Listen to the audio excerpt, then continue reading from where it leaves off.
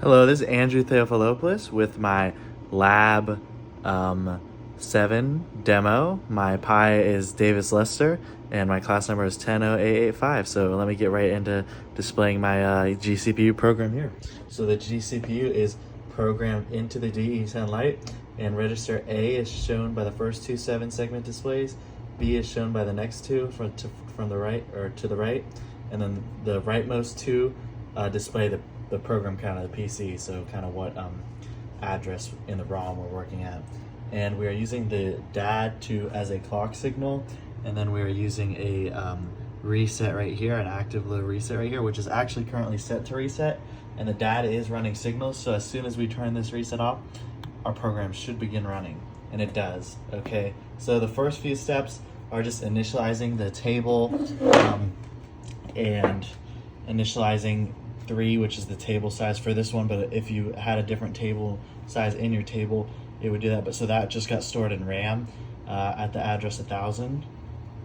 And so now the program, after incrementing X past that to the first number, will eventually load the first number, which is 16. So 16 is the first number that's going to get compared to the second number. But first, this number is going to get the 2's complement taken of it, which so A is complemented, and then it is added to B when 1 is loaded into B. So now you have the 2's complement of the first number in B, and then the second number, 27, is loaded. So that's the number we're comparing to see which one is smaller, so we can store that at the address in the RAM. So they just got added, so that's 11. So since 11 is positive, it's going to branch to the first number, which was 16. Now 16 is getting stored at our output address that was specified in the table. And so now what is happening is now the table is going to begin to increment its counter. So the current counter just got loaded, which was 0. The increment size got loaded, and then 1 got added to the counter. So now the counter value is at 1.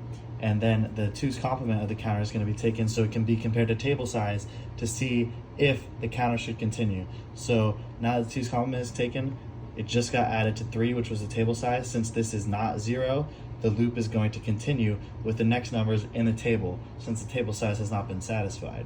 And the next number in the table is 41. There's actually going to be 2 41s to be compared, just to show that it can do that, compare the same number. So yeah, the 2's complement of 41 was just taken, stored in B.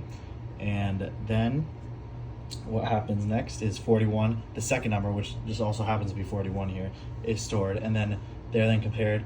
It equals 0, which is also equal to branch positive, I believe, but it doesn't really matter because it's going to store 41 in RAM no matter what, which it decides. So 41 is now being stored in the RAM at the output address, and then now the table size is being incremented again. But that's all the time I have in the video. But the loop just keeps on going, and then an endless loop starts once the table size is equal to the counter. Thank you for watching.